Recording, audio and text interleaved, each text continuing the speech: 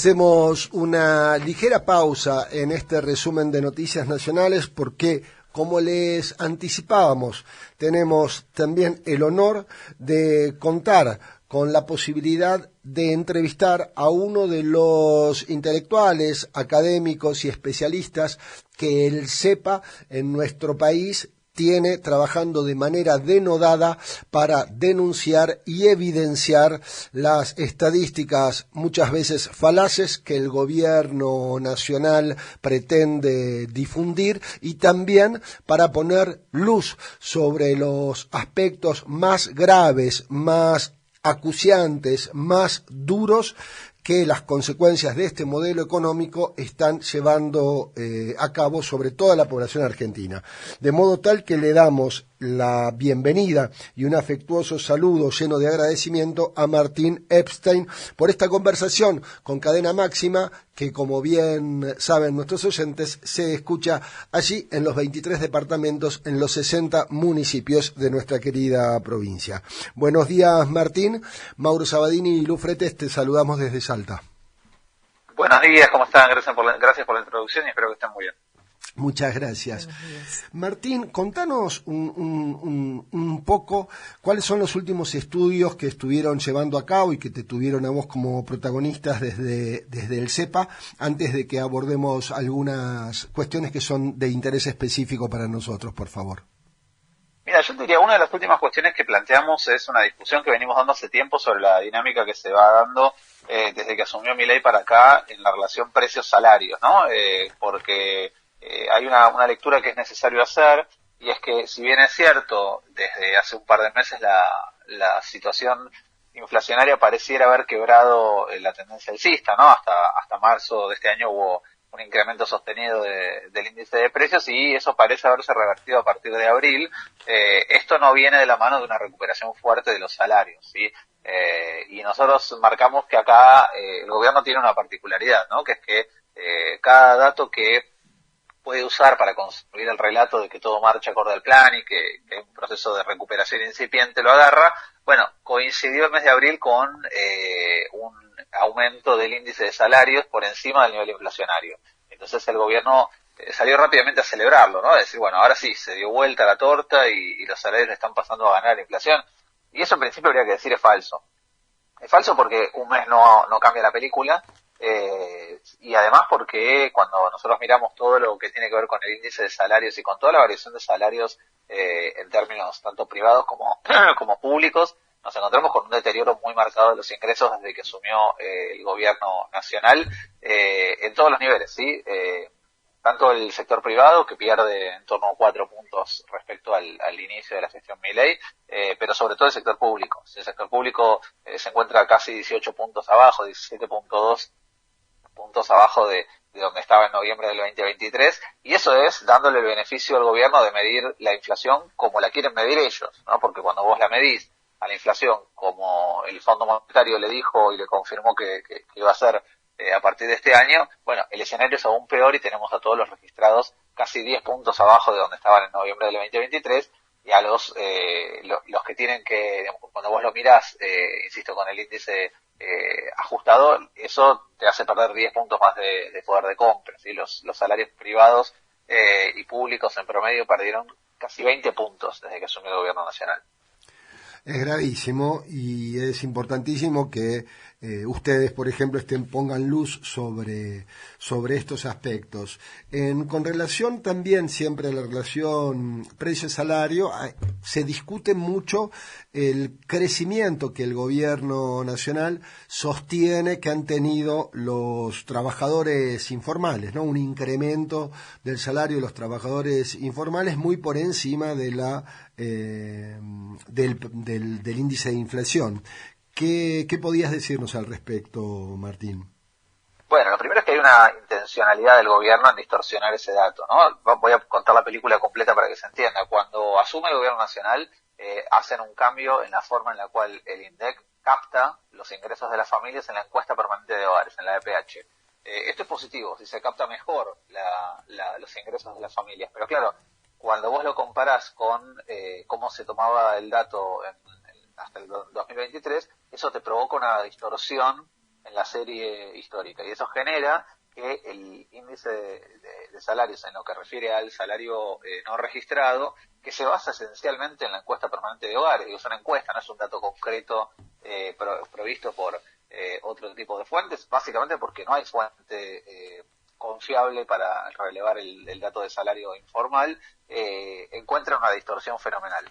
Y por eso es que te pasa que desde que asumió Milei, desde 2024 para acá, vos te encontrás con que el índice tiene a todos los salarios corriendo para abajo, menos al informal, al no registrado, que en teoría le estaría ganando la inflación todos los meses de manera muy holgada. Bueno, insisto, esto sugeriría que aquellas personas que trabajan en la informalidad están hoy ganando proporcionalmente más que lo que ganan en el sector público y en el sector privado, y no resiste mucho análisis, digo, no tiene mucho sentido plantearlo como un dato serio. Además tiene un retraso a la hora de captación del dato, porque la encuesta permanente de hogares, como saben, no va día a día, ¿sí? Los datos que estamos viendo ahora de la EPH son recién del primer trimestre de este año, con lo cual hay un rezago de entre 4 y 6 meses entre que se genere el dato y que se publique el índice de salarios, y entonces hace que ese dato no condiga con ninguna realidad. Sí le sirve al gobierno para distorsionar el promedio, porque en la medida que vos tenés un dato que crece muy fuertemente y lo incorporás en un promedio de datos que no crecen o que crecen más lentamente, la dinámica que genera es que el índice de salario general que publica INDEC tenga una tendencia diferente de lo que nos pasa cuando miramos el índice de salarios del sector privado y del sector público. Recordamos a nuestra audiencia que estamos en conversación telefónica con Martín Epstein. Él es periodista económico, es politólogo, es docente de la UBA, es miembro del CEPA, un intelectual y académico que nos está iluminando sobre muchos aspectos vinculados con este modelo económico que lamentablemente pone de rodillas cada vez a más familias argentinas y en particular aquí en nuestra provincia de Salta. Martín, hace menos de una hora conversábamos con los titulares del ISEPSI, que es un instituto de investigación, que llevaron adelante un estudio en la ciudad de Salta, digamos sería en el 50% de la población más vulnerable, y allí encontraron que prácticamente un 60% de las familias de la ciudad de Salta, que es la séptima ciudad de la Argentina, no están llegando a completar las comidas en el mes, y que por tal motivo tienen que endeudarse. Esta situación entendemos que se repite también en otras provincias y que está directamente vinculada con el modelo económico que lleva adelante el gobierno nacional. Desde tu mirada, ¿por qué se da este proceso de deterioro de las capacidades de compra de alimentos, en particular de las familias argentinas? Y si crees que hay alguna manera de revertirlo en el corto plazo. Mira, yo te diría que hay varias aristas para pensarlo. La primera es que las familias tienen, como decíamos recién, menor ingreso disponible porque los salarios corren por abajo de la inflación. Esa es la primera explicación. Y entonces todas las familias argentinas tienen la particularidad de tener que hacer reacomodos de estilos de vida y de costos de vida, esencialmente porque tienen menos salario disponible, básicamente por la cuestión de la diferencia entre aumento de precios generalizados, la inflación, y el aumento de salarios. Ahora, a eso tenés que agregarle que desde 2024 para acá hay un crecimiento muy marcado del costo de los servicios en todos los puntos del país, ¿no? Todo lo que tiene que ver con servicios públicos, pero también con servicios los servicios cotidianos del hogar, el internet o quienes paguen cable, escuelas privadas, la salud privada. Agreguémosle el transporte público, agreguémosle el costo de la energía, el costo del gas, el costo del agua, todos esos costos que obviamente a cada familia le afectan diferentes, porque hay familias que tienen, insisto, incidencia en, el tendido de gas por red, y en otros casos la garrafa, pero todas las familias vieron una limitación en el dinero disponible. Cada vez quedó menos plata disponible para consumir en otras cosas que no sea pagar servicios. Cuando vos haces esa cuenta en la mayoría de las familias del país, llega a un punto en el cual el dinero disponible para lo básico de alimentación no alcanza para cubrir los gastos del mes. Y entonces se empieza a producir un fenómeno bastante espontáneo, natural, que es, intentar zafar de la situación apelando a todos los recursos que se tengan disponibles, entre ellos el endeudamiento en crédito, ¿sí? La idea de pagar compras de supermercado o gastos de productos de corto plazo, como no sé, carnicería o verdulería en general, con tarjeta de crédito para poder luego ver a final de mes cómo se hace para pagar eso. Bueno, eso empieza a generar una bola de deuda acumulada y se produce una especie de cuello de botella. Las familias no tienen cómo pagar esto y empiezan a dejar de pagar la tarjeta de crédito o a pagar el mínimo de la tarjeta de crédito con tasas que son usurarias y endeudándose además con todos los dispositivos y mecanismos posibles para poder esencialmente cubrir costos de vida, ¿no? Porque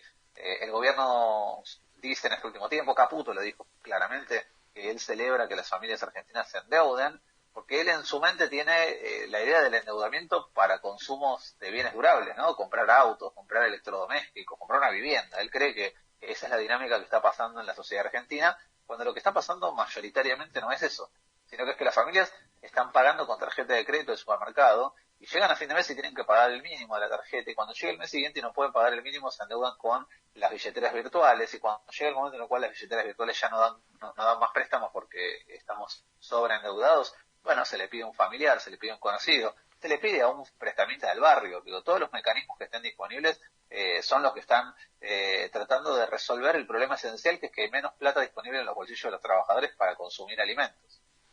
Así es, y esto en algún momento va a terminar también reflejándose, a pesar de lo que señalábamos, de las deficiencias en la metodología de medición, va a terminar reflejándose en la cantidad de familias que viven en la pobreza y en la indigencia. Martín, la última, o el último tópico, mejor dicho, así no me autolimito ni te limito a vos. Siempre la EPH, que como bien señalabas vos, refleja el primer trimestre de este año, los últimos números que se publicaron, también hace referencia a la distribución del ingreso y al índice Gini. ¿Qué tenés para comentarnos al respecto? Bueno, lo primero es que la distribución del ingreso es un buen valor o una buena medida para entender los niveles de injusticia que hay en la sociedad en términos de justamente la distribución de la renta. Y el índice coeficiente de Gini es un dato que nos permite ver cuán lejos o cuán cerca estamos de un escenario de equidad en la distribución. Tradicionalmente, cuando vos miras la serie histórica, los primeros trimestres de cada año tienden a ser malos, ¿sí? Tienden a ser trimestres de peor distribución del ingreso. Y en particular, durante el gobierno de Milei, el peor primer trimestre fue el primero, porque le pegó la devaluación de finales de 2023, esta devaluación que impulsó Milei con Caputo, ni bien asumieron. Ahora, cuando vos miras la serie desde el primer trimestre del 24 hasta este primer trimestre del 2026, había una tendencia a acomodar la serie en términos más parecidos a los datos históricos. Bueno, este primer trimestre del 2026 muestra un repunte del coeficiente Gini, lo cual evidencia una peor distribución del ingreso. O sea que hay que entender que cuanto más alto es el coeficiente, peor es la distribución del ingreso. Bueno, hoy está en 0,442, cuando en el primer trimestre del año pasado estaba en 0,435, y eso genera un aumento de la desigualdad en nuestro país, cosa que no debería sorprendernos, esencialmente porque el gobierno nacional aplicó una política de ajuste sobre los ingresos, ¿sí? La particularidad del ajuste que propuso el gobierno de Milei fue pegarle a los ingresos de jubilados, de pensionados, de docentes, de personal del sistema de salud. Entonces, naturalmente genera esto un deterioro de condiciones de vida y de ingreso disponible. La única política pública que el gobierno nacional sostuvo como política activa de ingresos es sostener la asignación universal por hijo en niveles por encima de la inflación. ¿Sí? Eso es la única política que el gobierno sostuvo. El resto son todas políticas que fueron deteriorando el ingreso y la capacidad disponible de las familias. Y lo que tengo para decir frente a eso es que no es un error, es parte del programa económico, ¿sí? La campaña de Milei de motosierra y licuadora era básicamente esto, era recortar ingresos de ciertos sectores y licuar los ingresos de otros sectores. Y en ese sentido viene cumpliendo a rajatabla con lo que propuso en la campaña. Es decir, que es deliberado el incremento de la desigualdad es deliberado, que los ricos sean cada día más ricos, que la riqueza se concentre en pocas manos y que las grandes mayorías entren en procesos de pauperización, según tu mirada, que es la nuestra también, Martín, por cierto. Entonces, dicho esto, ahora sí la última pregunta. ¿Crees que es posible que haya una reversión durante el año y medio que queda del gobierno de Milei, o que no hay manera de que haya cambios en este modelo económico, porque, como bien señalabas recién, todo incremento del PBI va a ir hacia estos sectores que se están enriqueciendo y no van a ser parte digamos, de un proceso de equidad o de distribución de la riqueza con una mirada de justicia social? Por lo tanto, y perdón por la introducción larguísima, en tu mirada, ¿crees que hay posibilidades de que el gobierno de Milei modifique el rumbo, o se va a profundizar esto que venías mencionando, no sé, en tu mirada? Mira, yo no imagino un cambio drástico en la política económica de Milei, porque implicaría romper con las bases de su propio programa económico.